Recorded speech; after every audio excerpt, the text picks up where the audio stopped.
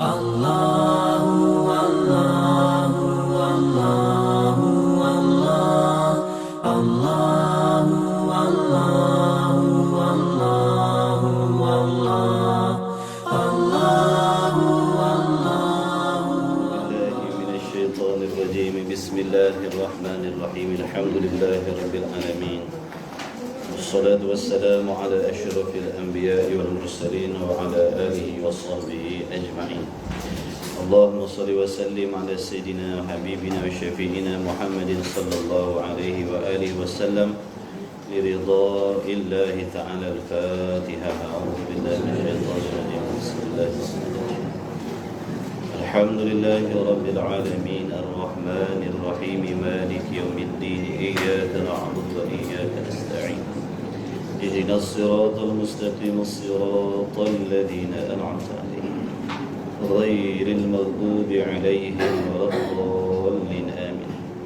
أعوذ بالله من الشيطان الرجيم. بسم الله الرحمن الرحيم. الحمد لله رب العالمين والصلاة والسلام على أشرف الأنبياء والمرسلين وعلى آله وصحبه أجمعين.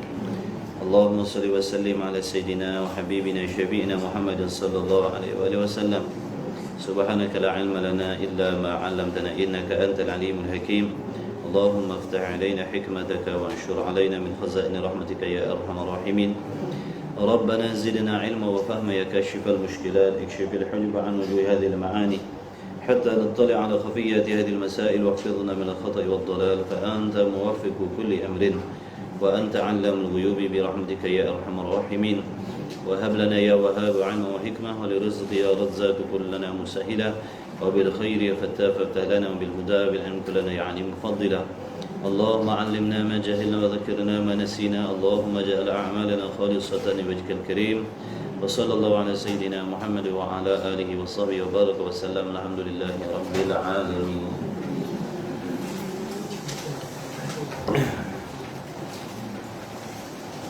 أما بعد. السلام عليكم ورحمة الله وبركاته.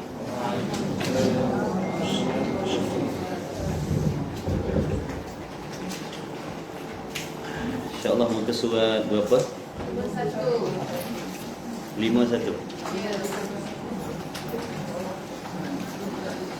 Alhamdulillah, segala puji bagi Allah Subhanahu wa taala yang memberikan kepada kita kesempatan lagi dapat bertemu lagi, alhamdulillah, pada pagi ini di rumah ngaji Melaka Bukit Beruang. Diharapkan tuan-tuan, puan-puan, hadirin hadirat yang dirahmati Allah Subhanahu wa taala, tetamu Allah, tetamu Rasulullah, sihat wal afiat hendaknya. Sama-sama kita memperbetulkan niat kita dan menjaga adab-adab kita yang di dalam majlis ilmu. Mudah-mudahan kita direzekikan oleh Allah ilmu yang bermanfaat, ilmu yang berkat. Amin ya rabbal alamin. Muka surat 51.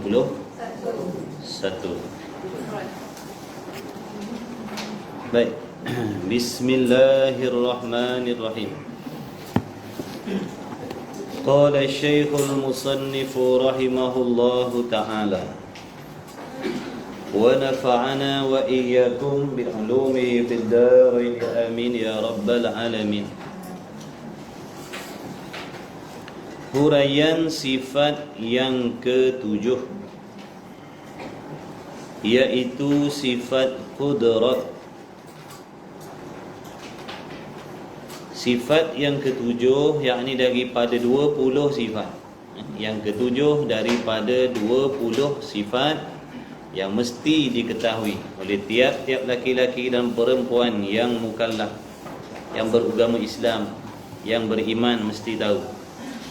Ini di antara perkara ataupun ilmu yang menjadi fardu ain, yang dituntut sebagai tuntutan fardu ain, kewajipan di atas tiap-tiap laki-laki dan perempuan. Jadi yang ketujuh, 7 itu nombor je. Yang ketujuh itu hanya sebutan sahaja. Boleh kita nak letakkan sifat qudrat ni nombor 1, nombor 2 boleh. Nombor yang 7 tu hanya sebutan saja. Bukan bermaksud sifat Allah tu ada dulu dan kemudian. Bukan maksud begitu. Kerana semua sifat Allah Ta'ala itu qadim lagi azali. Semua sifat Allah qadim lagi azali. Semua sifat Allah sedia kala. Tidak ada permulaan bagi adanya sifat-sifat kamalat Allah Ta'ala. Jadi nombor 1, nombor 2, nombor 3 tu hanya nombor saja. Untuk kita nak mudah kira, nak mudah menghafal dan sebagainya. Baik, jadi hari ini kita nak bicarakan, nak huraikan tentang sifat kudrat Allah. Sejauh mana kefahaman kita sebelum ni bahawasanya Allah Ta'ala itu Tuhan yang bersifat dengan maha kuasa. Allah Ta'ala yang berkuasa, Allah Ta'ala yang maha kuasa. Mengapa dipanggil Allah yang maha kuasa? Kerana Allah Ta'ala itu zatnya memiliki sifat kudrat. Oleh kerana ada sifat kudrat, sifat perkuasa. Kudrat artinya sifat perkuasa Allah. Bila sebut yang berkuasa, yang berkuasa itu adalah zat Allah. Bila sebut yang berkuasa adalah zat Allah, sifatnya kuasa ataupun sifatnya perkuasa. Jadi perkuasa itu sifat. Bila sebut yang berkuasa, itu adalah zat Allah. Sebagai contoh kita kata putih. Putih itu sifat.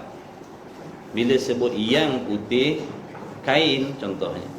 Bila sebut yang putih itu kena kepada kain. Bila sebut putih, sifat yang duduk pada kain. Bila kita kata kain yang putih, bila sebut kain yang putih, memberi faham pada kita mesti ada sifat putih ataupun warna putih duduk pada kain. Boleh tak kita nak panggil kain yang putih sekiranya tidak ada sifat putih pada kain tu? Boleh tak? Tak boleh. Jadi Allah Ta'ala itu yang berkuasa, maka menunjukkan ada sifat perkuasa pada zat Allah. Kalau tidak ada sifat perkuasa pada Allah, tak boleh panggil Allah yang berkuasa.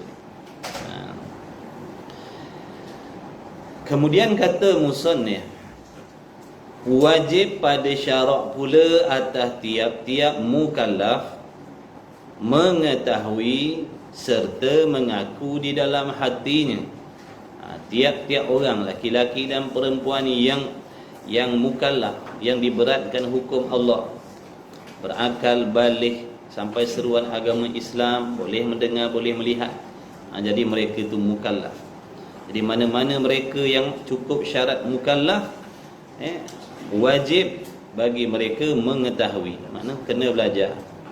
Wajib belajar agar kita tahu. Wajib belajar. Masa belajar tu ikut masing-masing.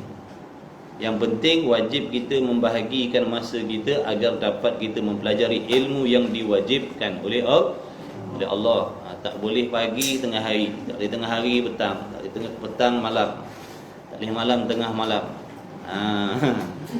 Makna kita lah kena uruskan masa kita. Kita lah yang wajib uruskan masa. Jangan nanti masa lapang. Kalau tunggu masa lapang, memang tak adalah jawabnya kita nak belajar. Kena paksa diri kita, kena buat jadual tetap bagi diri kita masing-masing. 1 minggu, 3 hari ataupun 4 hari aku mesti pergi belajar ilmu fardu ain. Kena buat jadual. Macam jadual kita pergi main badminton, main golf, main bola tu. Kan kita boleh istiqomah tiap-tiap petang pergi main bola, tiap-tiap minggu pergi poco-poco contohnya.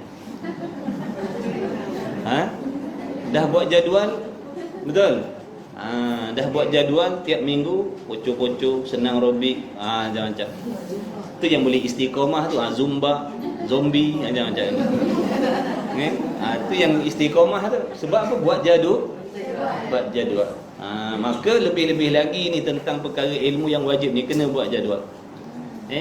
Kalau tak buat jadual, jadi asbab kita tak boleh belajar ilmu yang fardu ain, hukumnya haram, dosa. Jadi wajib buat jadual. Wajib bagikan masa untuk belajar fardu ain. Kerana kalau tak buat waktu macam tu, kita tak boleh nak belajar ilmu fardu ain. Kalau nak nanti masa lapang, memang tak ada. Sebab tu kena buat juga setiap minggu, sekian hari. Ini majlis ilmu yang tak dapat tidak, mesti aku kena pergi.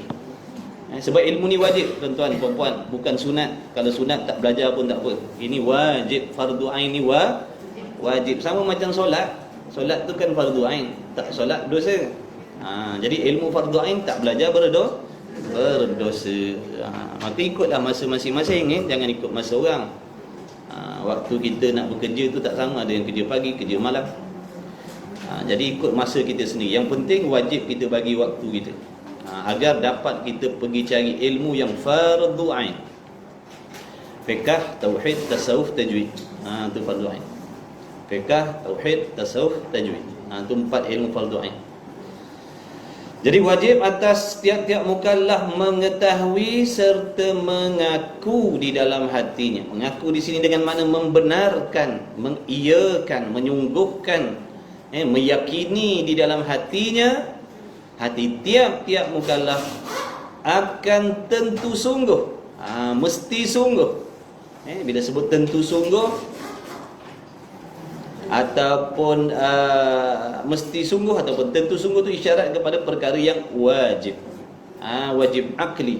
Wajib akli itu perkara yang mesti sungguh, perkara yang mesti ada, yang tak boleh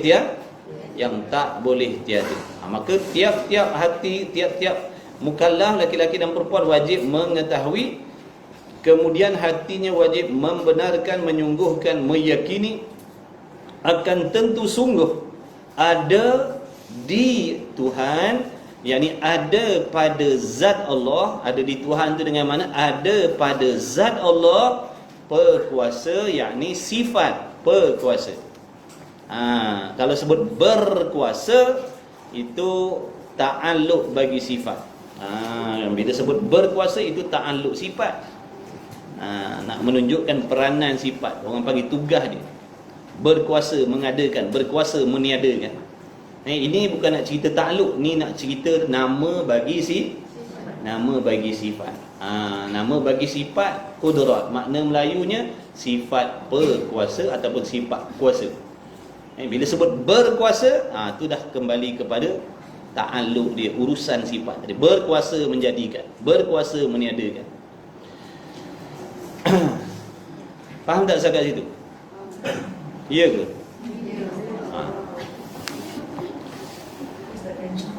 Baik. Maka wajib tahu. Andai kata ada di antara mukallaf yang tidak tahu Allah Ta'ala itu berkuasa, maka berdosalah dia. Ataupun dia tahu tapi tidak yakin. Dia tahu tapi dia tak yakin. Dia tahu Allah Ta'ala itu berkuasa tapi hatinya tidak yakin. Tahu yakin sepenuh hati, dia tak percaya sepenuh hati. Dia ragu-ragu, ataupun dia syak, ataupun dia zon saja, berat sangka. Berat sangka sahaja yang Allah tu berkuasa. Maka dia tidak berimanlah. Dia tak berimanlah.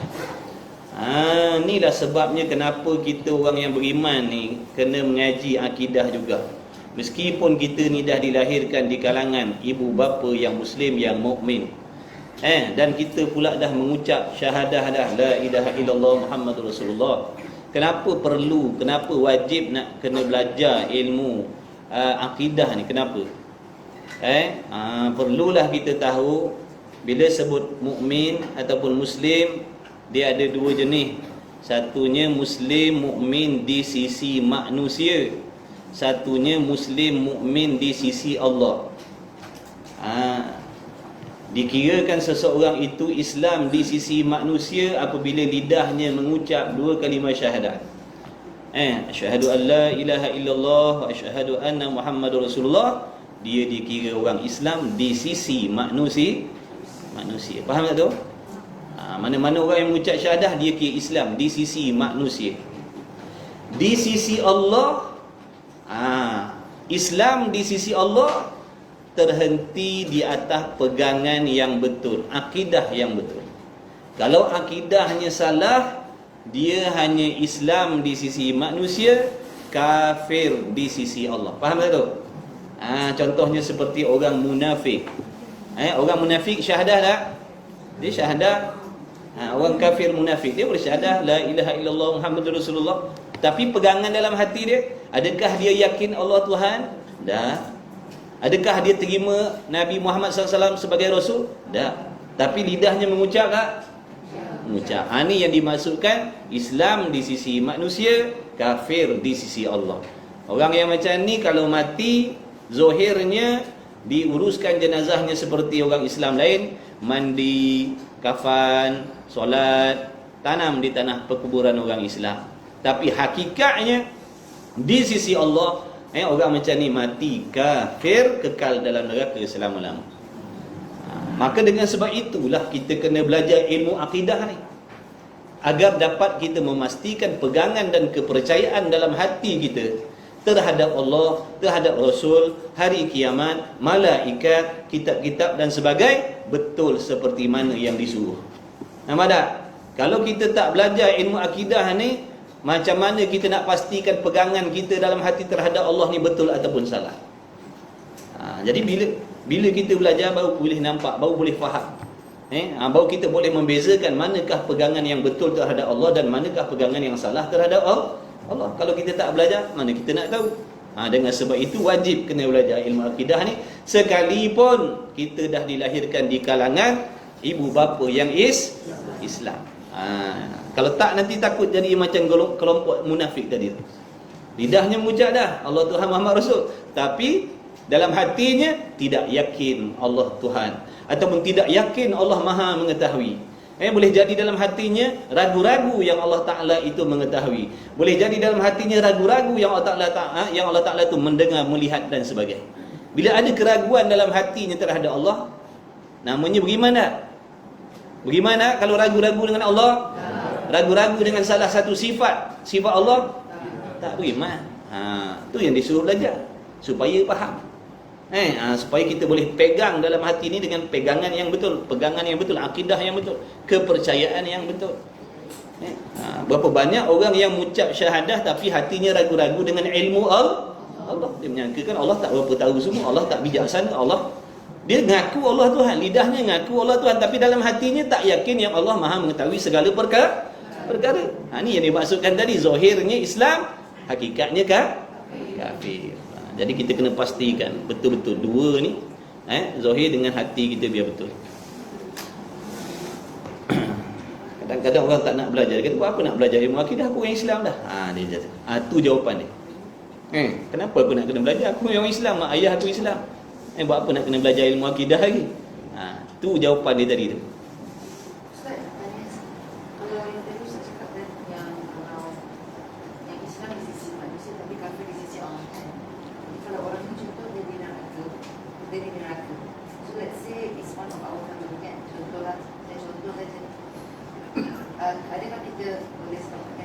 Orang yang mati kafir tak boleh selamat, tak dapat nak nolong,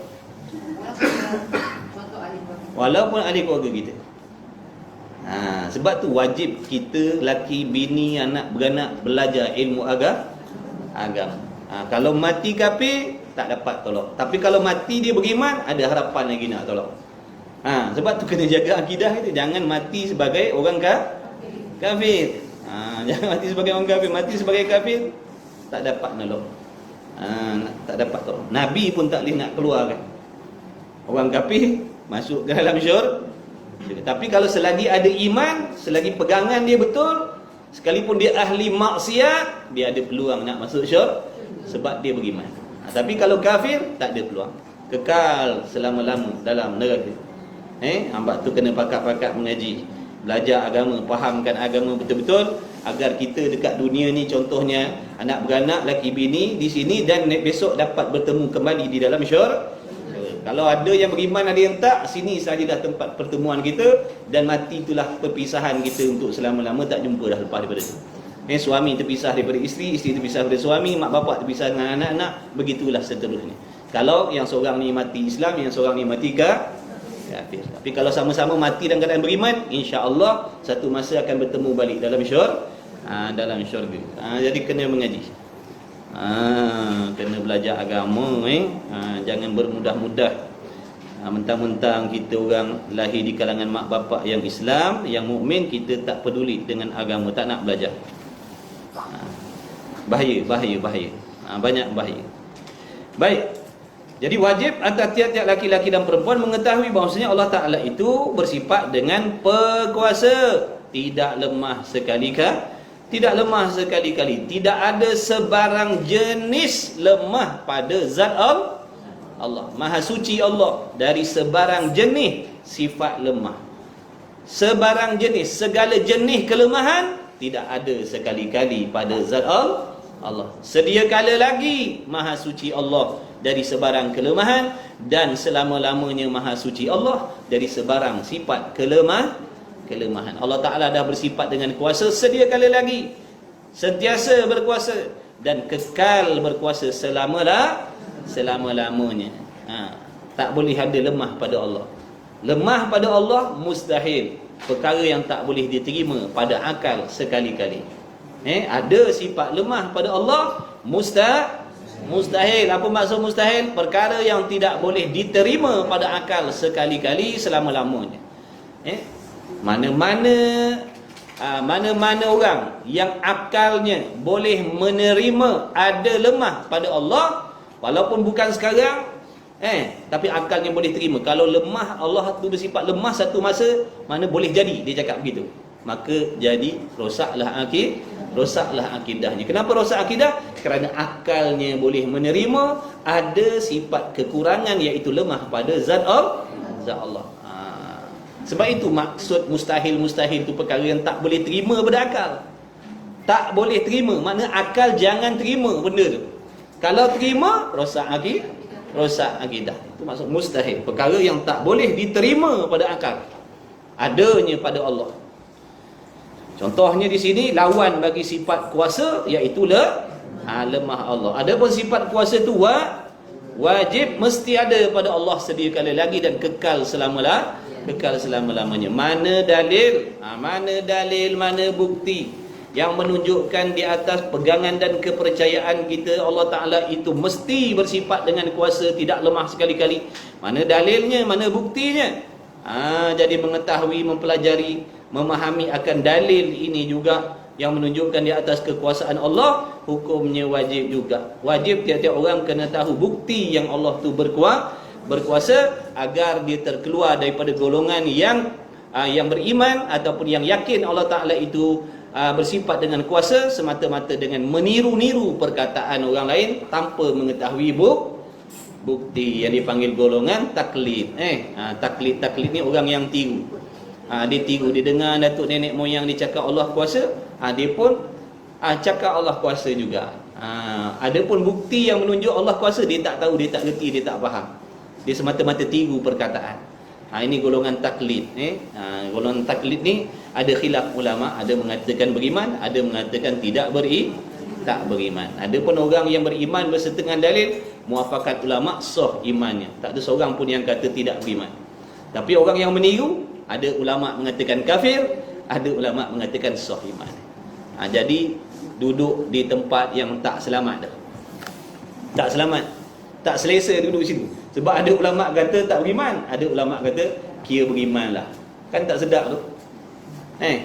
Ada orang kata JPJ ada orang kata tak ada JPJ. Sedap tak nak lalu jalan tu? Tak sedap kan nak lalu, dah kita tak lengkap. Lengkap pun tak sedap kan nak lalu. Dia jenis tu bukan nak cari betul, nak cari salah kita. Lengkap pun bila dengar dia orang kata tadi ada JPJ kat situ. Kawan kita seorang lagi tak ada dah, tak sedap lalu tu, ikut jalan lain.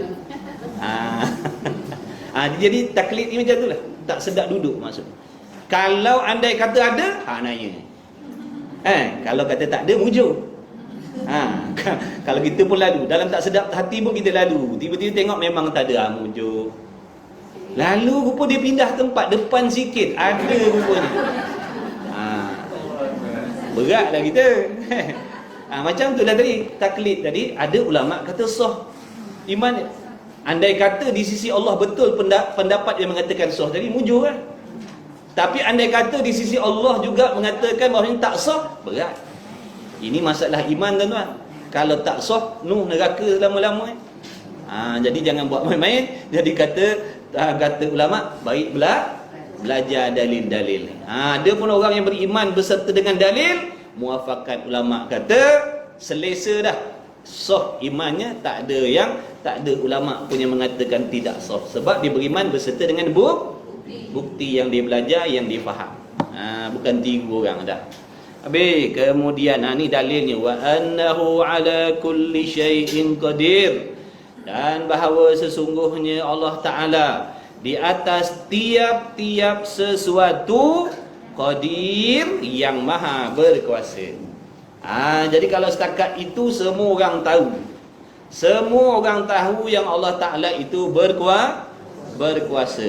Tapi belum pasti yang tahu tadi faham dengan kekuasaan Allah.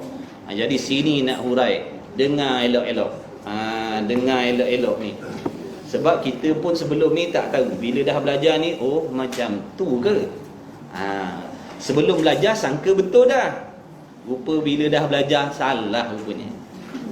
Itulah suruh belajar tu. Bila belajar baru nampak salah kita. Kalau tak belajar, betul sama-sama. Bila belajar baru nampak ni salah, tu salah, ni salah. Apa faedah dia? Ada peluang nak baiki. Kalau dah dalam liang lahat baru tahu salah, nak buat macam mana? Dah turun kubur baru tahu amalan kita yang ni salah, yang tu salah, yang tu salah, nak buat macam mana? Nak repair, dah tak ada masa nak repair dah. Sebab tu Allah tunjukkan kesalahan kita atas dunia ni. Bila kita belajar, Allah tunjukkan kesalahan kita agar dapat kita perbaiki cepat-cepat. Daripada kita mati dalam keadaan tak tahu kesilapan, dah mati baru tahu amalnya tak diterima, akidahnya tak diterima, keikhlasannya tak diterima, nak buat macam mana? Dah terlambat. Jadi beruntunglah orang yang belajar. Tanda-tanda Allah sayang, tanda-tanda Allah nak suruh kita baiki amalan kita sebelum kita mati. Baik. Allah Ta'ala maha kuasa atas tiap-tiap sesuatu. Dan kudrat, sifat perkuasa. Dan kudrat artinya sifat perkuasa itu satu sifat yang ada ia. Bila sebut sifat yang ada, isyarat kepada sifat ma'ani. Sifat ma'ani. Sifat ma'ani ni sifat yang ada betul-betul, ada sungguh-sungguh dirinya. Kalau sifat ma'ani kita makhluk ni, boleh tengok, boleh lihat, boleh rasa, boleh dengar. Itu sifat ma'ani. Menunjukkan diri sifat tu ada betul-betul, ada sungguh-sungguh. Itu sifat ma'ani. Kerana ada sifat yang tiada. Ada jenis sifat yang tiada, cuma dia jenis sungguh saja. Andai kata kita tanya begini, ada tak sifat satu? Contoh kita tanya gitu, ada tak sifat satu? Maka jawapannya tidak ada. Sifat satu tu tiada. Tetapi sungguh ke tidak sifat satu? Jawabnya sungguh. Jadi sifat yang bangsa sungguh, bukan sifat yang jenis ada. Faham tak faham? Tak faham? Faham tu buat contoh. Nampak tak kitab ni? Nampak? Angkat tinggi sikit lah. Nampak kitab? Ada berapa kitab? Nampak kitab tak? Nampak tak satu? Nampak tak satu? Jadi satu tu ada ke tidak? Ada. Mana?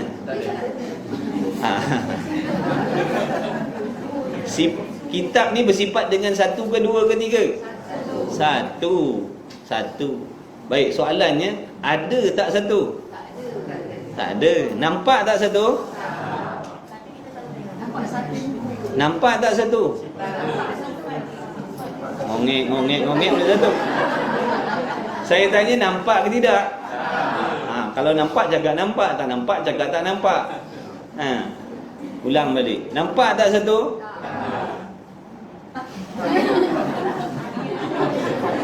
Jawabnya tak nampak. Yang tuan-tuan nampak ni kitab ke nampak satu? Nampak kitab. Tapi akal tuan-tuan faham tak yang kitab ni satu? Sebab tu saya tanya, ada tak satu? Jawabnya tiada sebab tak nampak. Sungguh tak kitab ni satu? Sungguh. Jadi satu tu adalah sifat yang jenis sungguh, bukan sifat yang jenis ada dah. Berbeza dengan warna.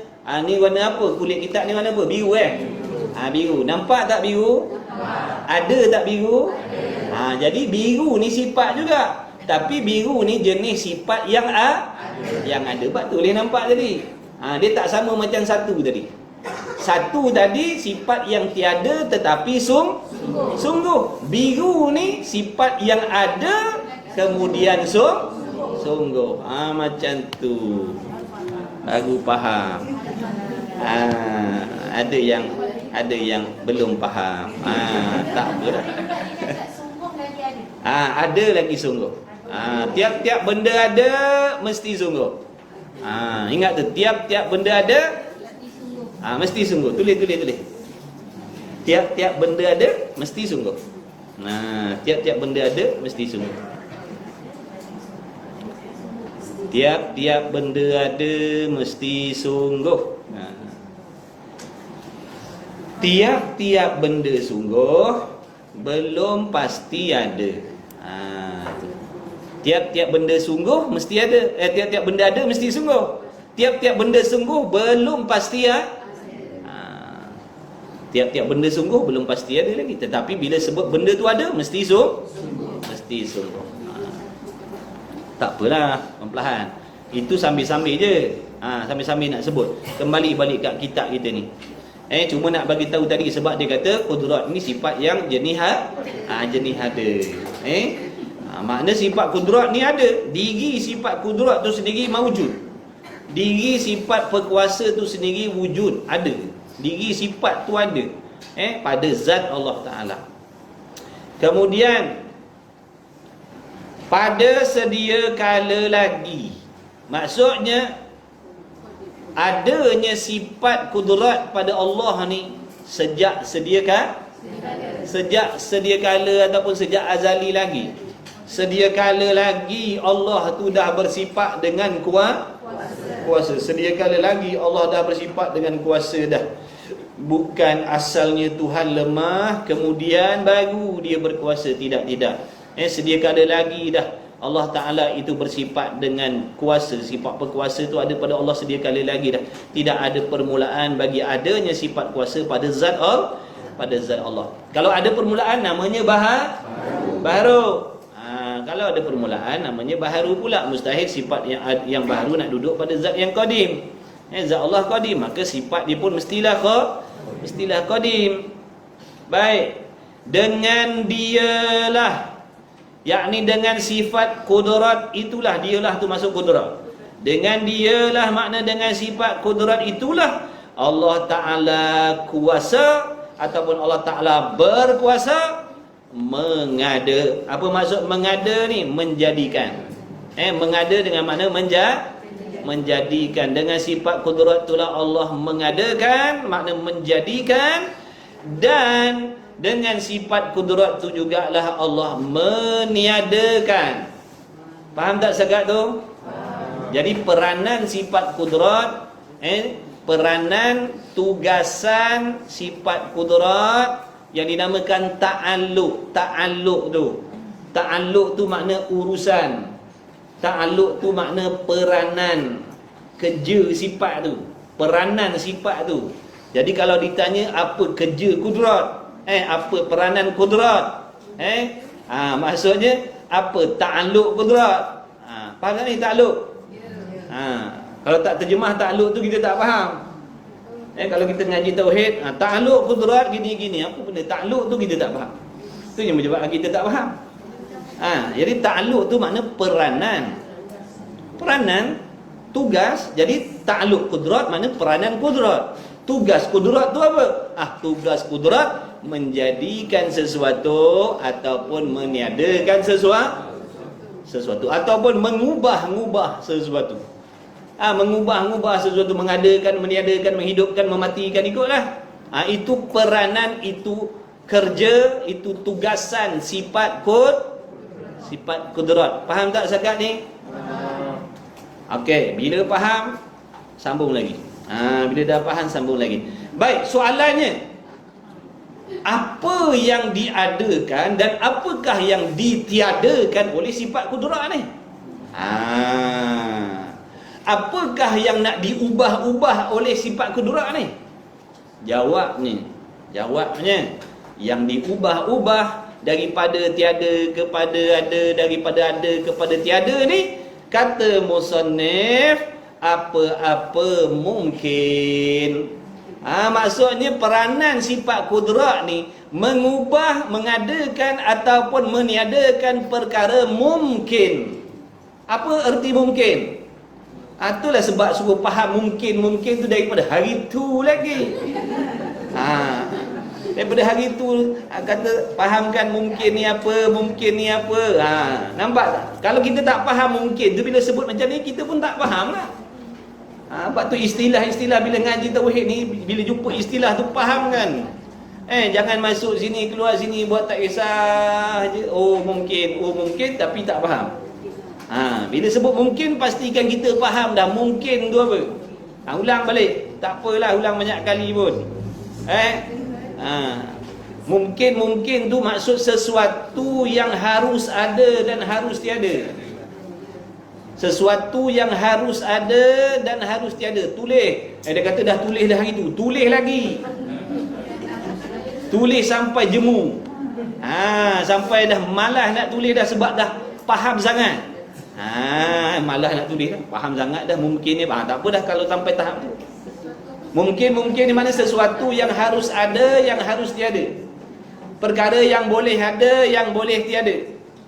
Ada pun tak apa, tak ada pun tak apa. Itu nama mungkin. Cuma mungkin ni maknanya umum. Bila sebut makhluk maknanya khusus.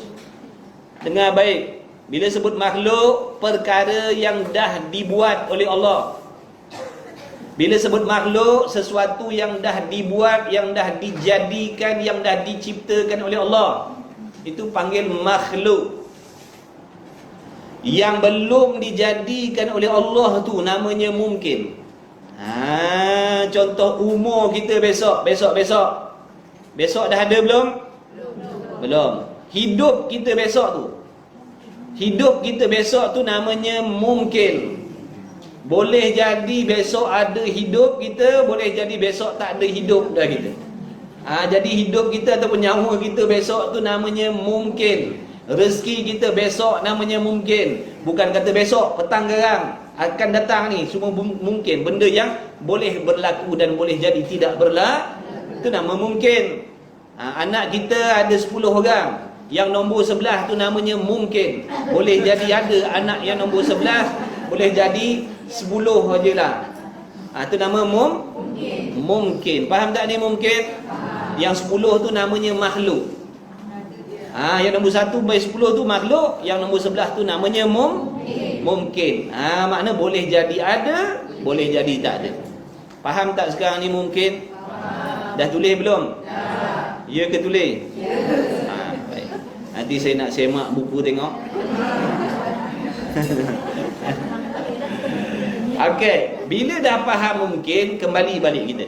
Dia tak boleh laju-laju ngaji tauhid ni. Nak kena cermat, nak bagi faham. Kudrat tadi kita dah tahu peranan dia mengadakan dan meniadakan. Kemudian musannif kata mengadakan dan meniadakan perkara yang mungkin ataupun perkara yang harus. Mungkin ni tuan-tuan puan-puan hadirin hadirat rahimakumullah, tetamu Allah, tetamu Rasulullah.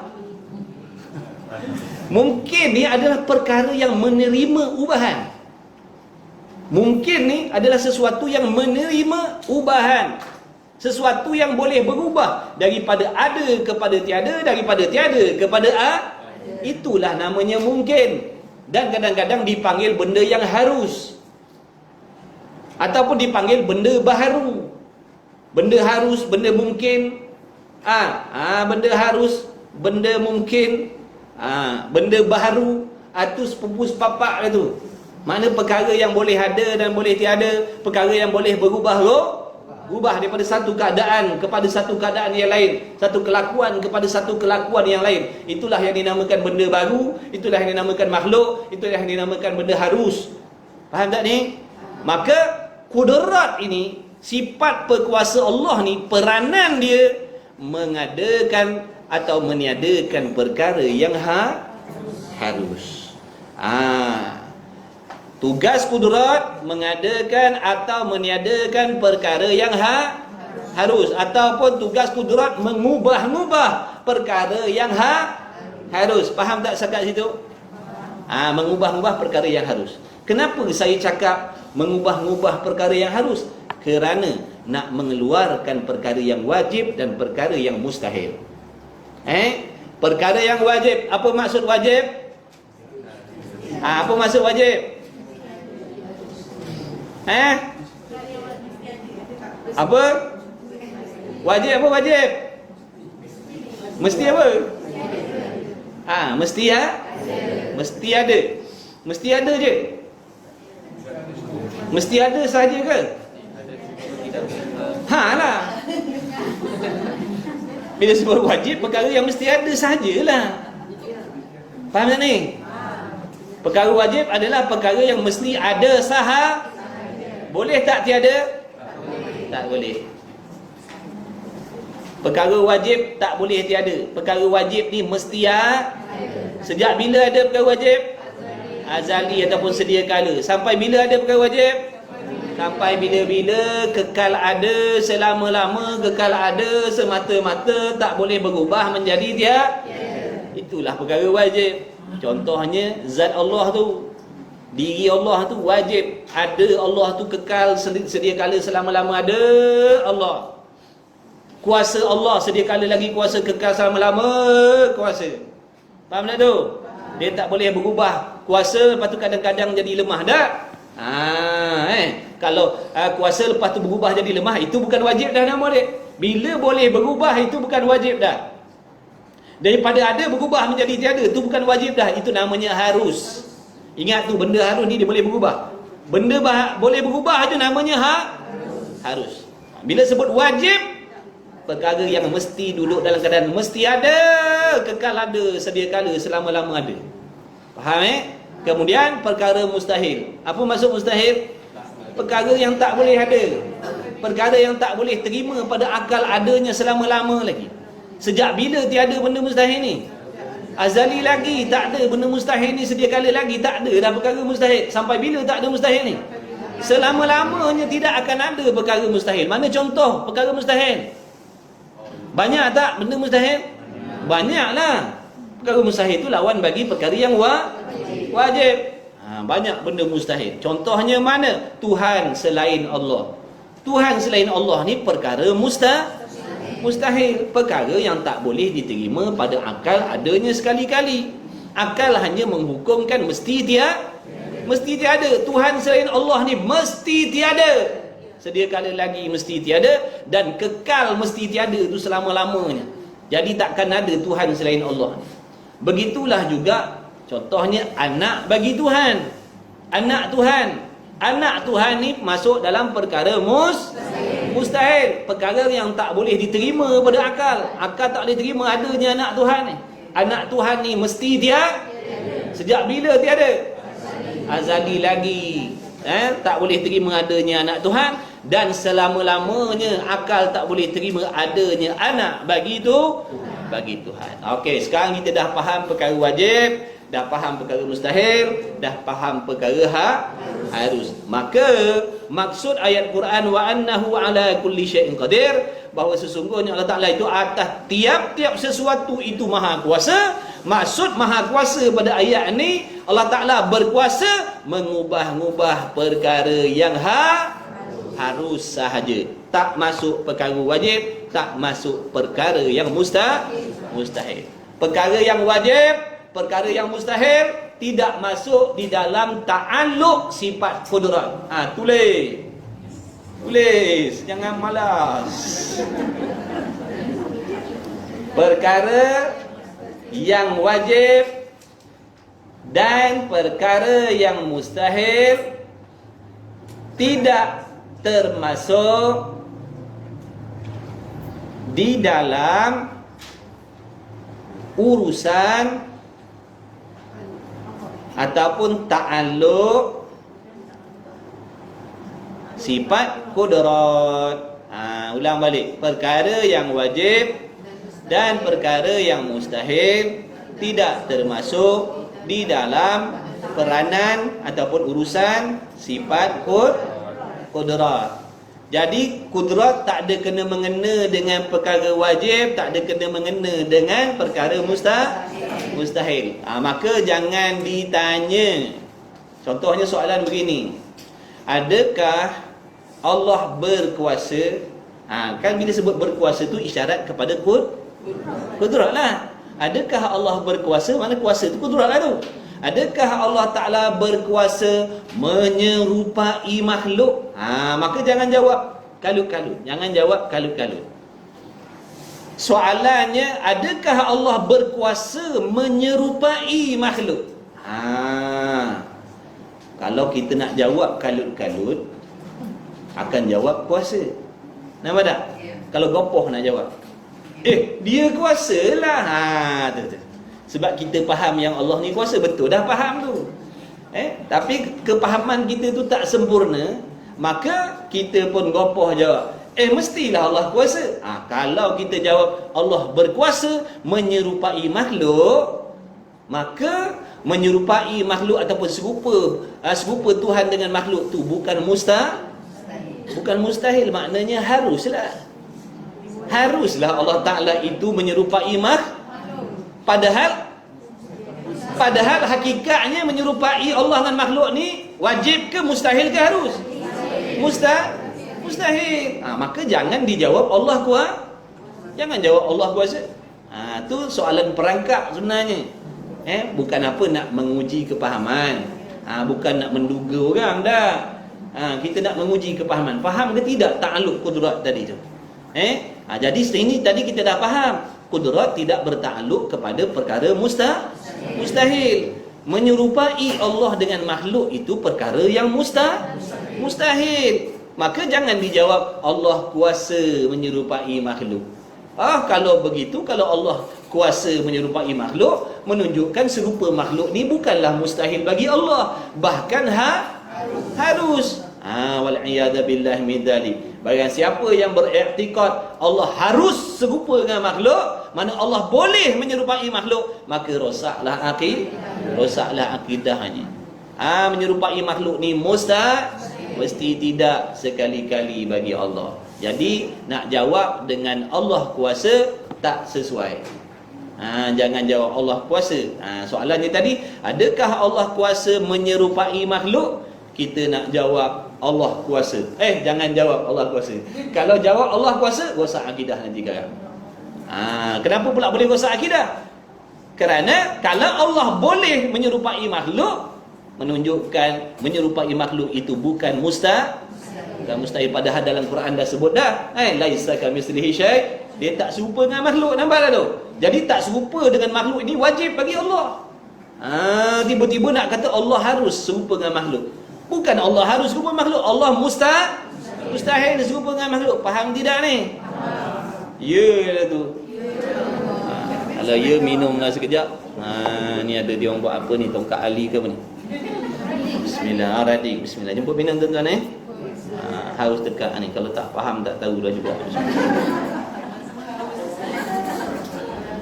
Kalau tak faham pun nak kata apa dah. Usaha ikhtiar tak boleh memberi bekas. Allah yang memberi faham. Tapi setiap usaha ikhtiar untuk faham tu diberi pahala oleh Allah. Fikir-fikir tak faham, fikir-fikir tak faham, dapat pahala, ampun dosa, jangan risau. Itu kelebihan belajar ilmu agama. Tak faham pun diberi pahala oleh Allah. Okey. Perkara yang wajib dan mustahil tidak termasuk dalam urusan kudrat. Adakah termasuk wajib dan mustahil bagi sifat Nabi dan Rasul?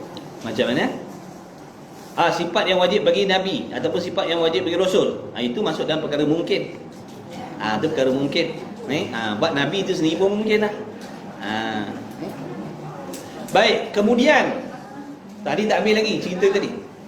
Jadi soalannya tadi, adakah Allah kuasa menyerupai makhluk? Jawabnya, kalau kita jawab Allah berkuasa, nanti membawa kepada boleh adanya benda mustahil. Boleh berlaku pula benda mustahil. Padahal mustahil ni benda yang takkan berlaku, yang tak boleh ada. Kalau nak jawab Allah tak kuasa. Kalau nak jawab Allah tak kuasa menyerupai makhluk, membawa kepada lemah Tuhan pula. Faham tak ni?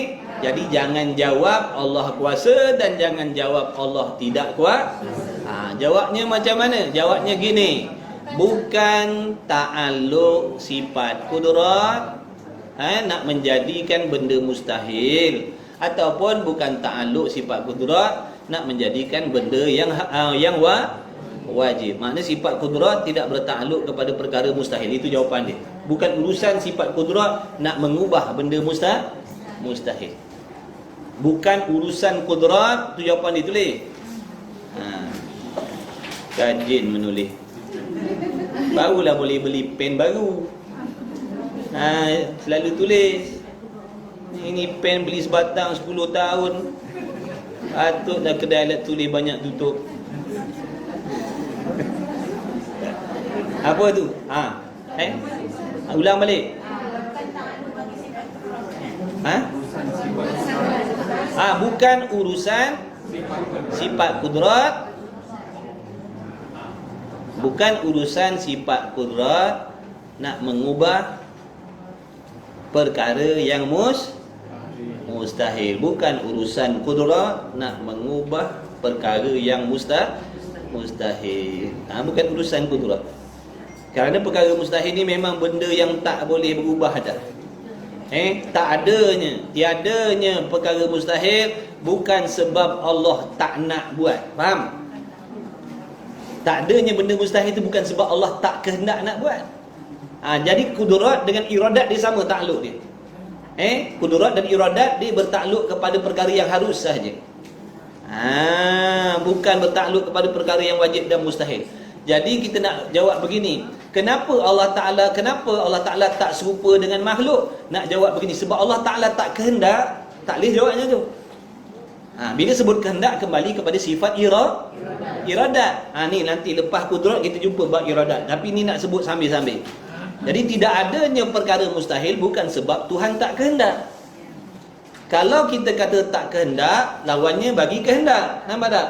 Jadi kalau Allah Ta'ala kehendak, maksudnya boleh ada benda mustahil. Jadi sifat kudrat ataupun sifat iradat pun tak bertakluk kepada perkara yang mustahil. Jadi kita tak boleh nak kata tidak ada anak bagi Tuhan sebab Tuhan tak kehendak. Tidak ada anak Tuhan sebab Tuhan tak buat. Tak dijawabnya tu. Kerana sifat kudrat dan iradat tadi tidak bertakluk kepada perkara mustahil.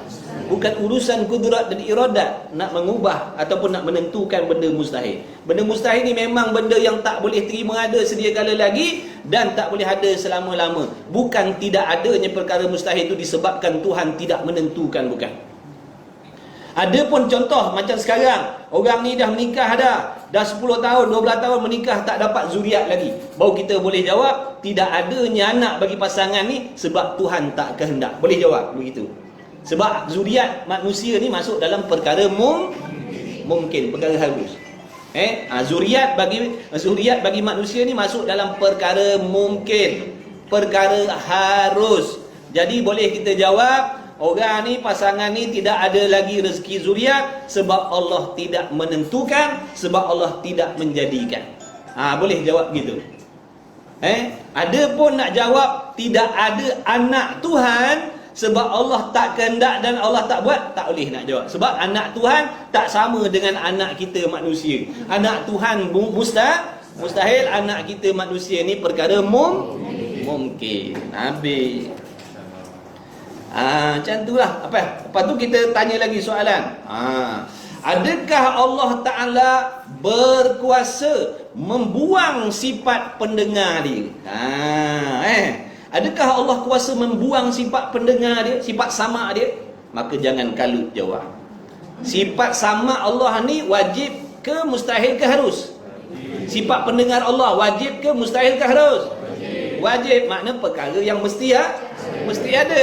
Jadi soalannya tadi, adakah Allah kuasa membuang ataupun menghilangkan sifat pendengar dia? Maka jawapan dia sama. Bukan ta'alluq sifat kudrat, nak mengubah perkara yang wajib. Itu jawapan dia. Kalau kita kata kuasa lah. Kalau kuasa makna Allah boleh jadi pekak lah macam tu. Nampak tak? Kalau kata Allah kuasa membuang sifat pendengar dia, kalau dah buang sifat pendengar jadi apa? Jadi apa? Kalau dah tak ada sifat pendengar jadi apa? Jadi pekak lah. Jadi tuli. Kalau dah tak boleh mendengar apa? Pekak pada Allah tu mustahil ke wajib ke harus? Mustahil. Nampak tak? Jadi kalau kita jawab Allah kuasa membuang sifat pendengar dia, membawa kepada Tuhan ni boleh boleh jadi boleh pekak. Lagi pula menunjukkan sifat pendengar Allah tu bukan perkara wajib. Sebab boleh hilang. Benda wajib tak boleh hilang, faham tu? Perkara wajib tak boleh hilang. Sebab tu sifat kudrat tidak bertakluk kepada perkara yang wajib. Kalau sifat kudrat bertakluk kepada perkara yang wajib, maka berubahlah hakikat perkara yang wajib tadi. Tak boleh panggil wajib lagilah kalau dah boleh berubah. Nampak tak tu? Tak bolehlah lagi nak dipanggil sifat pendengar Allah tu wajib kerana boleh berubah menjadi tiada. Berubah hakikat nanti kadang.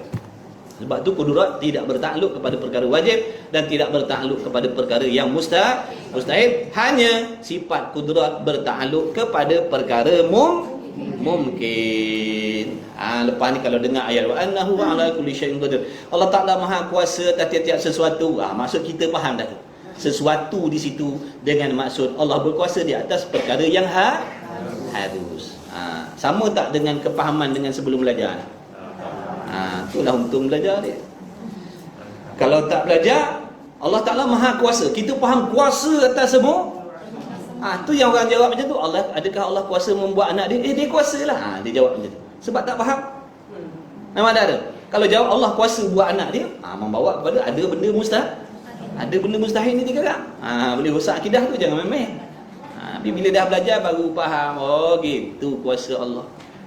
Kalau tak belajar berasa macam faham lah. Apalah nak belajar sifat 20 ni. Nak hurai sini, hurai sana. Kita bukan tak percaya Allah kuasa. Kita percaya, nak belajar apa lagi? Itulah. Percaya kita macam tadi tu. Percaya kita macam sebelum tadi tu. Bila dah belajar, baru lagi lengkap lagi. Lagi maksudnya lagi detail, lagi halus lagi kefahaman kita. Kerana tipu daya nafsu setan tu sangat halus. Kalau kita tak faham akidah ni halus, ada peluang nak rosak akidah. Ada peluang nak rosak akidah. Itulah tujuan ngaji sifat 20 ni. Nak suruh faham betul-betul. Kalau semata-mata percaya Allah kuasa tu betul dah, tapi belum selamat lagi. Macam tadi tu lah. Sekali lalu macam betul dah. Tapi kalau datang soalan yang macam tu, dalam hati kita contoh, dalam hati ni macam-macam bisikan ada. Macam-macam ada. Tiba-tiba kita kata, Allah kuasa lah buat. Kan dia berkuasa. Kalau dia berkuasa, mana boleh jadi ada anak Tuhan. Jadi anak Tuhan bukan mustahil lah. Allah kuasa lah. Dia kuasa. Dia boleh nak serupa makhluk. Pula dah. Dia kuasa. Cuma dia tak nak je. Contoh Dia kuasa. Cuma dia tak nak serupa makhluk je. Tapi kalau dia nak serupa makhluk, boleh. Rosak akidah. Tu perlu tu. Baik. Kemudian katanya Musannif lagi. Kalau Allah tu bertakluk pada perkara yang wajib dan mustahil ni, maknanya apa kesan dia? Maknanya kalau macam saya tak tu, contohnya Allah mengadakan benda dah ada kan? Allah Ta'ala mengadakan dengan hasil. tak, itu masalah dia. Kalau sifat kudrat ni bertakluk kepada perkara yang wajib, maka berubahlah hakikat perkara wajib. Makna tak boleh panggil wajib lagi lah. Makna contoh macam sifat pendengar Allah. Sifat pendengar Allah ni mesti ada. Tapi kalau kita kata Allah Maha Kuasa menghilangkan sifat pendengar dia, membawa kepada sifat pendengar Allah ni jadi harus. Nampak tak? Bila orang tu beriktikad Allah harus saja mendengar, maka rosaklah akidah dia. Itu yang dimaksudkan akan bertukar hakikat perkara wajib tadi. Kalau dah benda wajib boleh diubah, tidaklah wajib namanya. Namanya harus. Kalau perkara yang mustahil boleh berubah, daripada tiada boleh berubah menjadi ada, tidaklah mustahil namanya. Dipanggil harus. Jadi jadi tunggang langgang. Jadi tak ada dalam perkara wajib dan tak adalah perkara yang mustahil. Semuanya harus je lah. Ada Allah harus. Nampak tak tu? Membawa kepada ada Allah harus, kuasa Allah pun harus, mendengar melihat Allah pun harus, mengetahui Allah harus. Oh, rosak akidah. Padahal mendengar Allah, melihat Allah, mengetahui Allah tu semua wajib. Sebab tu lah tak boleh nak kata boleh berubah benda wajib.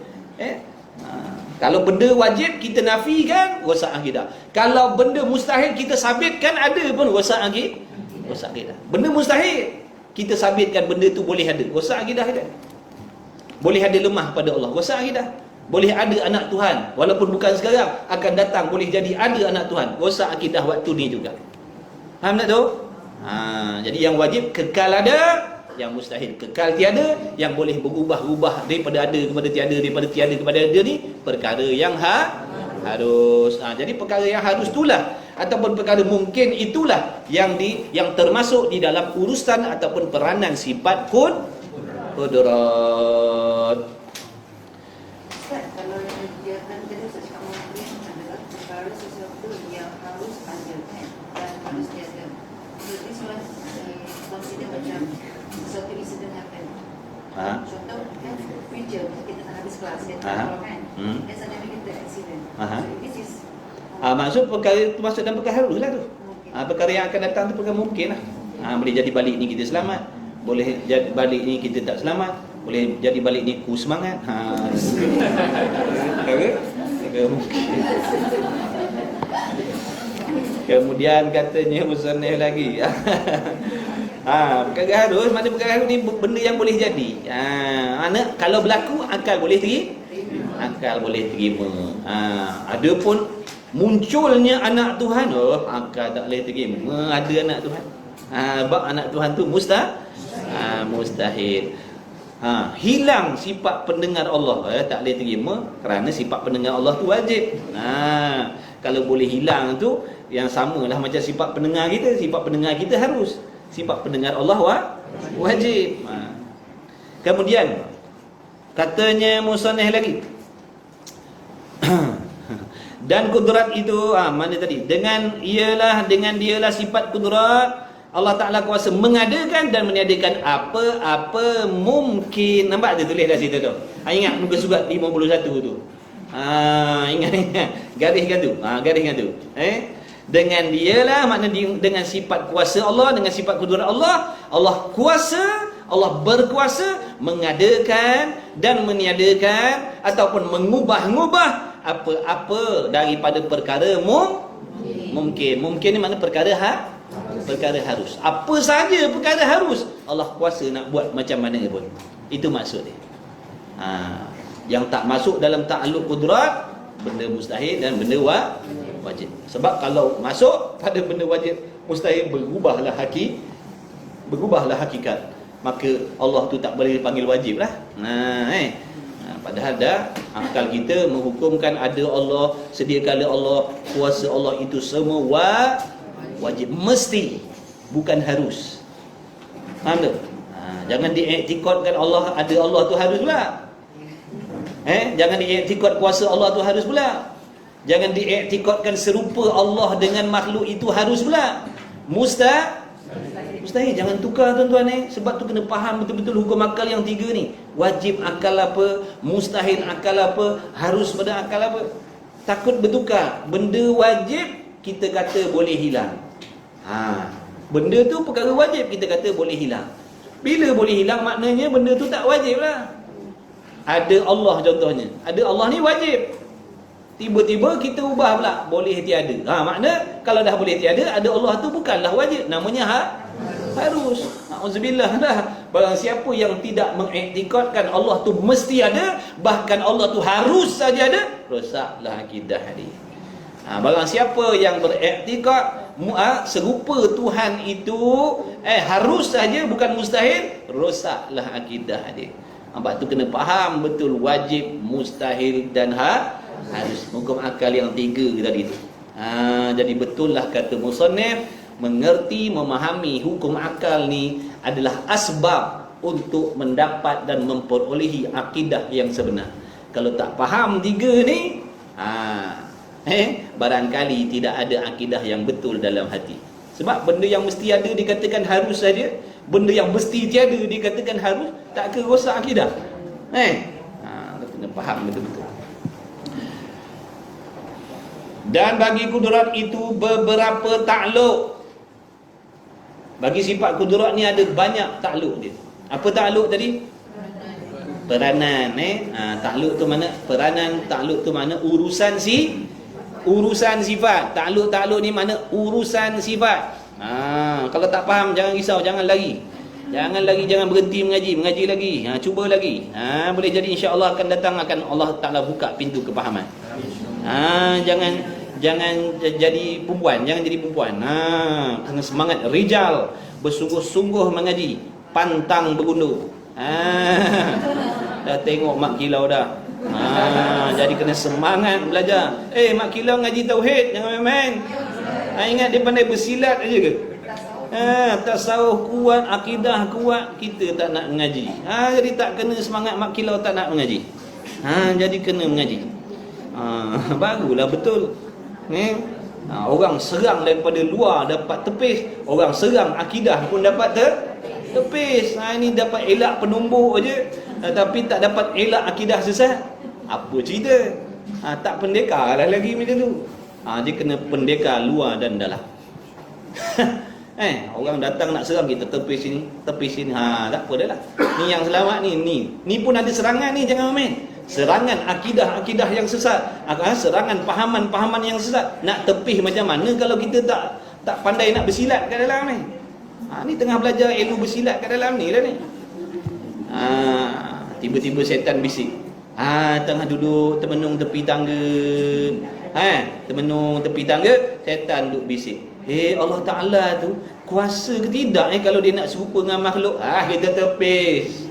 Bukan ta'aluk sifat kudrat nak mengubah benda mustahil. A'udzubillah minasyaitanir rajim. Lagi ni. Kalau tak pandai, boleh jadi dia kata, Allah kuasa lah. Rosak lagi dah. Kalau kata Allah kuasa, rosak lagi dah. Dan makna ta'aluk itu, jadi bagi sifat kudrat tu ada beberapa ta'aluk. Makna ada banyak sifat kudrat, ada satu. Dah belajar belum bab wahdaniyah, dah sudah belum? Dah tu. Dah belajar dah dulu sifat satu pada zat, satu pada sifat dan satu pada perbuatan. Ada ulang kaji ke tidak? Ada. Alhamdulillah. Rajin ulang kaji, patutlah faham.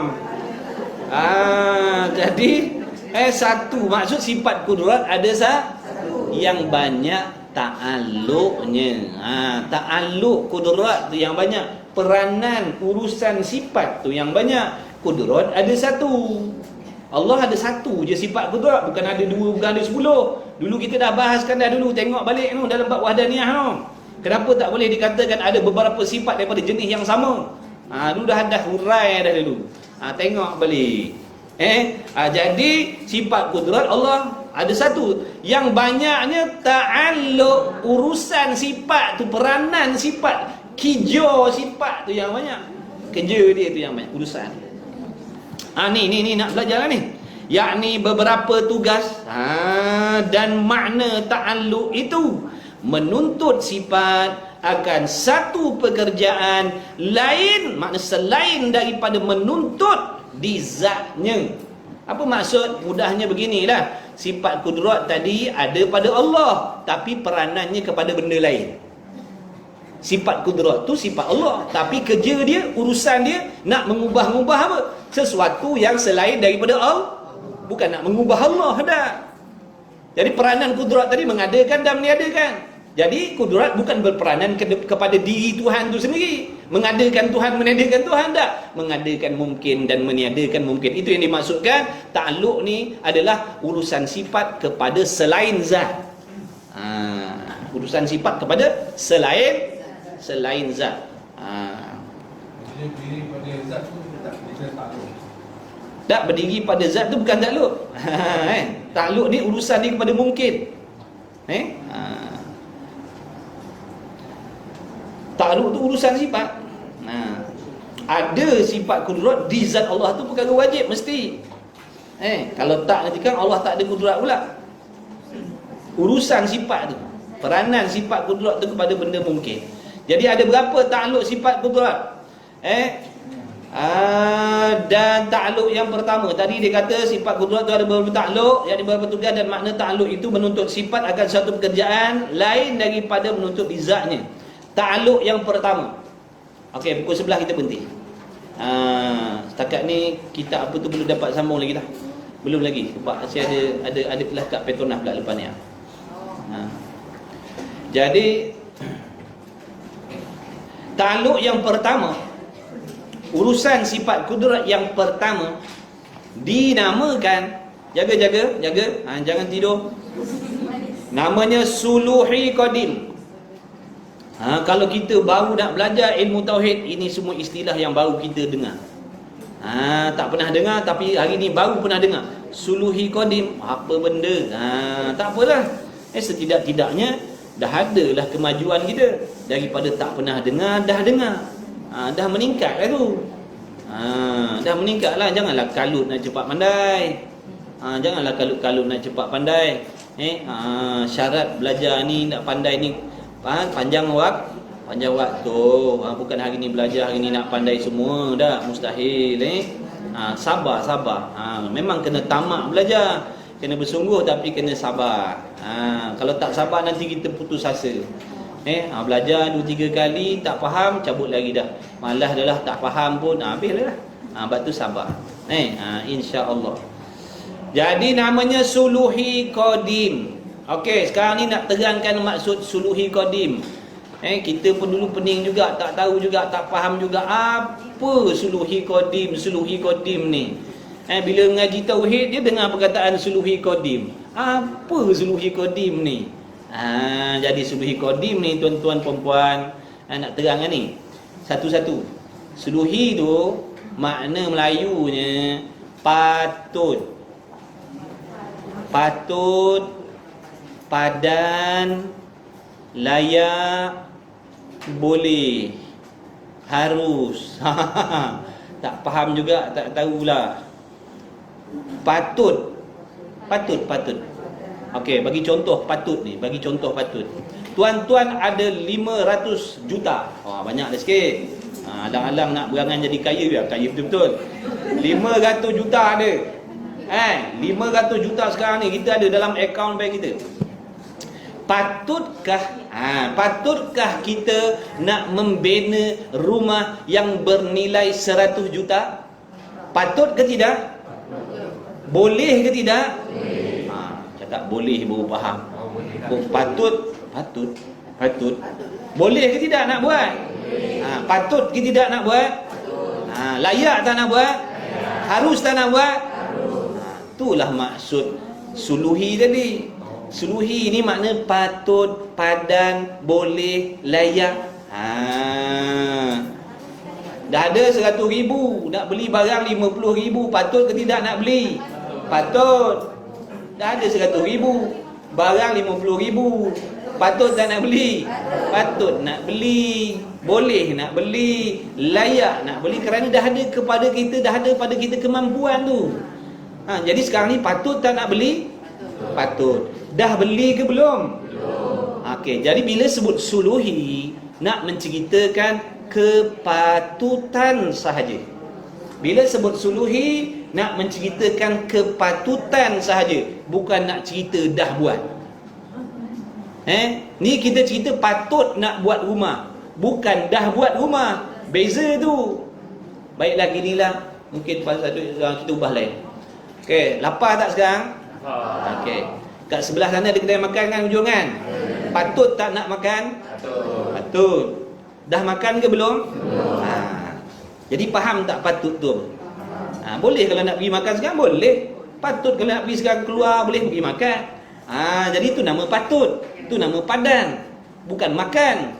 Bila kita pergi kedai tu sekarang, pergi makan puak, ambil nasi puak masuk dalam mulut makan, itu bukan patut dah namanya. Itu namanya telah makan. Bila telah makan, namanya tanjizi nama dia. Namanya tanjizi nama dia. Bila benda tu dah berlaku, bila benda tu dah terjadi, namanya Tanjizi namanya. Kalau belum berlaku patut saja namanya suluhi. Suluhi ni mana patut. Suluhi ni mana padan. Suluhi ni mana layak. Boleh nak pergi makan. Layak nak boleh makan. Dah kita tak ada keuzuran. Dah kita ada mulut. Bolehlah nak makan. Cuma belum makan lagi. Jadi kepatutan tadilah yang dinamakan dengan suluhi. Faham tak tu? Okey, kembali balik. Suluhi itu baru satu perkataan. Qadim, Qadim maksud apa qadim? Sedia kala. Tahu apa sedia kala ni? Sesuatu yang tidak ada permulaan bagi adanya. Itu qadim. Qadim mana sesuatu yang tiada permulaan. Jadi kawinkan perkataan suluhi dengan qadim. Suluhi qadim. Suluhi qadim makna Melayunya patut sedia kala lagi. Boleh sedia kala lagi. Layak sedia kala lagi. Harus sedia kala lagi. Faham tak cakap tu? Boleh sedia kala lagi, faham? Patut sedia kala lagi, faham? Tak faham? Cuba pusingkan. Sedia kala lagi patut. Faham tak?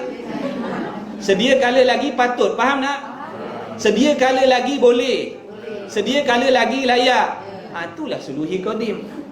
Sedia kala lagi patut bagi Allah. Sedia kala lagi layak bagi Allah nak mengadakan makhluk dan nak meniadakan makhluk. Sedia kala lagi patut bagi Allah. Sedia kala lagi layak bagi Allah nak menjadikan makhluk. Kenapa? Kerana dia telah berkuasa sedia kala lah. Bila dia dah ada kuasa sedia kala lagi, maka patutlah bagi Allah menjadikan kita sedia kala lagi. Dan patut juga bagi Allah nak meniadakan makhluk sedia kala lagi. Boleh. Kenapa? Kerana dia telah berkuasa sedia kala lagi. Lainlah kalau Allah tu lemah. Lainlah kalau lemah Allah tu sedia kala. Kalau Allah Ta'ala tu sedia kala lemah, barulah kita kata tidak patut menjadikan makhluk. Sebab apa? Sebab dia lemah. Betul? Kalau dia lemah sedia kala, barulah kata tak patut. Contohnya tadi, kita tak ada mulut, barulah kata tak patut nak makan. Sebab tak ada mulut. Patut tak nak makan? Tak patut. Sebab apa? Tak ada mulut. Betul lah. Ni ada mulut, patut tak nak makan? Jadi Allah Ta'ala sedia kala lagi dah kuasa. Maka patutlah bagi Allah, layaklah bagi Allah nak menjadikan makhluk. Boleh. Allah nak jadikan saya, Allah nak ciptakan tuan-tuan perempuan ni sedia kala lagi. Boleh Allah ciptakan kita sedia kala lagi. Kenapa? Kerana dia telah berkuasa sedia kala lagi. Faham tak cakap tu? Betul faham? Okey, nak tanya, kalau dah faham nak tanyalah sikit. Adakah Allah dah menjadikan kita sedia kala lagi?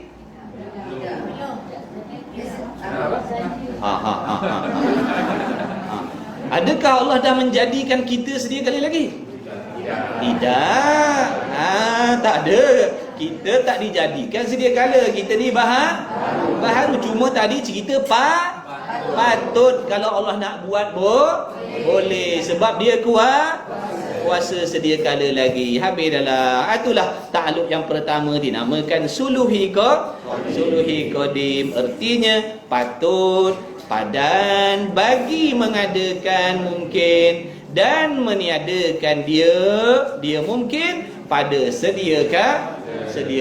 Maksud sedia kala lagi, patut bagi Allah nak menjadikan makhluk, patut bagi Allah nak meniadakan makhluk sedia kala lagi, kerana dia telah berkuasa sedia kala lagi. Cukup dah setakat situ. Wallahu a'lam wa ilmuhu atam. Satu lagi. Alah. Takluk yang kedua, tanjizi hadis. Habis dua ni kita penting. Suluhi qadim tadi maksudnya patut bagi Allah sedia kala lagi, ataupun sedia kala lagi patut bagi Allah menjadikan makhluk kerana dia telah berkuasa. Dan patut bagi Allah sedia kala lagi, ataupun sedia kala lagi patut layak bagi Allah nak meniadakan makhluk kerana dia telah berkuasa sedia kala lagi. Habis. Itu takluk yang pertama daripada beberapa ta'aluk sifat qudrat. Jadi yang kedua pula dinamakan tanjizi hadis. Okey, kita terjemahkan satu-satu. Tanjizi maknanya telah tertunai. Tanjizi maknanya telah berlaku. Makna bila sesuatu tu telah berlaku, telah terjadi, telah tertunai, telah dijadikan, baru dibuat, namanya tanjizi. Maknanya lulus, telah tertunai, telah berlaku. Maksudnya begini, contoh, saya ada RM10 dalam poket. Jadi patut sekarang ni patut bagi saya nak pergi beli pisang goreng yang harganya RM5. Jadi patut bagi saya nak beli goreng pisang harganya RM5. Kenapa pula? Kerana saya dah ada kemampuan RM10. Jadi patut bagi saya nak beli. Cuma saya belum beli. Cuma cerita patut beli. Tiba balik sekarang, saya pun singgahlah kat gerai tepi jalan tu, saya pun belilah goreng pisang tadi. Saya pun belilah. Berlakulah akad jual beli. Saya beli pakcik RM5. Dia kata ambil lah. Bila berlakunya tu, itulah yang dinamakan tanjizi. Makna telah berlaku, telah tertunai pembelian tadi dah. Bukan patut beli dah, berlaku dah pembelian. Kalau rumah tadi dah didirikan rumah tu, bukan patut buat je, dah buat dah rumah tu. Dah tertunai dah, faham? Bila dah tertunai, bila dah terjadi benda tu, namanya tanjizi. Faham tak setakat ni makna tanjizi? Okey, tanjizi maknanya telah tertunai, telah berlaku. Hadis tu maknanya baharu. Hadis maknanya baharu. Apa arti baharu? Sesuatu yang ada permulaan. Hadis-hadis tu makna sesuatu yang ada permulaan. Bila sebut baru-baru je ada permulaan dah tu. Jadi kita gabungkan tanjizi hadis, telah tertunai baru. Hadis tu mana baru? Telah tertunai baru, telah terjadi baru. Tak faham? Pusingkan. Baru terjadi. Baru tertunai. Baru beli. Baru buat. Itulah yang dimaksudkan dengan tanjizi hadis. Contohnya, sekarang seorang tu hidup. Dia sedang hidup sekarang. Bila Allah matikan dia besok, bila Allah cabut nyawa dia besok, Allah menjadikan mati bagi diri dia, itulah yang dinamakan dengan tanjizi hadis. Makna Allah baru jadikan kematian pada diri dia. Adapun sekarang ni dia hanya patut mati saja. Macam kita ni nak patut mati dia kita ni. Tiba-tiba Allah cabut nyawa kita. Bila berlakunya kematian tu dipanggil tanjizi, tertunai dah. Bukan patut mati dah, mati dah pun. Habis dah, wallahu a'lam. Imkan. Samalah tu, mungkin tu samalah, benda harus. Benda mungkin, benda harus. Jadi takluk yang kedua ni namakan dengan takluk tanjizi hadis, iaitu apa? Meluluskan. Meluluskan ni makna membuat ataupun menjadikan pekerjaan, yakni mengadakan mungkin. Nampak tak tu? Mengadakan mungkin atau menciptakan mungkin atau beriadakan mungkin ini. Maksud tadi kata harus buat. Sekarang ni bila Allah buat benda tu, bila Allah jadikan saja, dipanggil tanjizi hadis. Adapun dalam belum buat tu namanya suluhi, patut sahaja.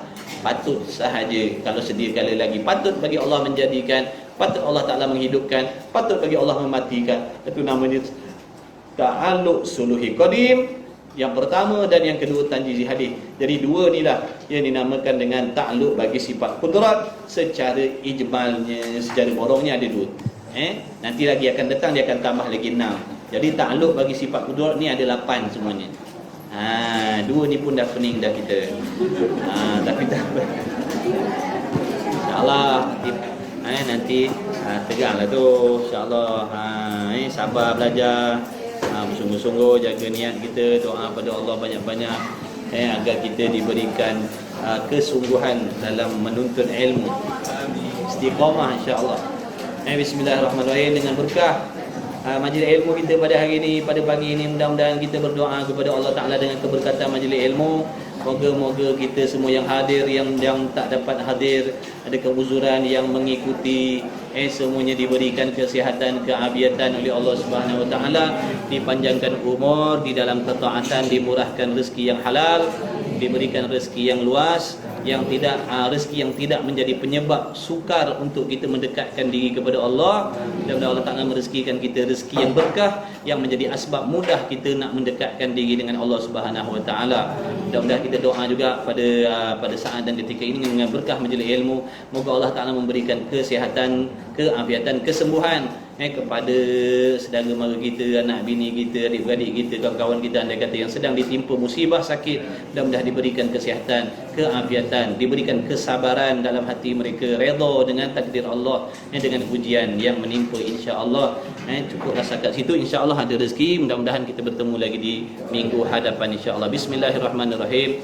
Alhamdulillahirabbil alamin, wassalatu wassalamu ala Rasulillah wa ala alihi. Allahumma rabbana fa'na bima 'allamtana, rabbana 'allimna alladhi yanfa'una, rabbana fakki ahlana wa qurrabati lana fi dinina ma ahli kutub musa wa dzakar. Allahumma khalisna mimma ana fihi khalasan jamila. Wa sallallahu ala sayyidina Muhammad wa ala alihi wa sahbihi wa baraka wa sallam. Alhamdulillahirabbil alamin. Taqabbalallahu minni wa minkum. Allah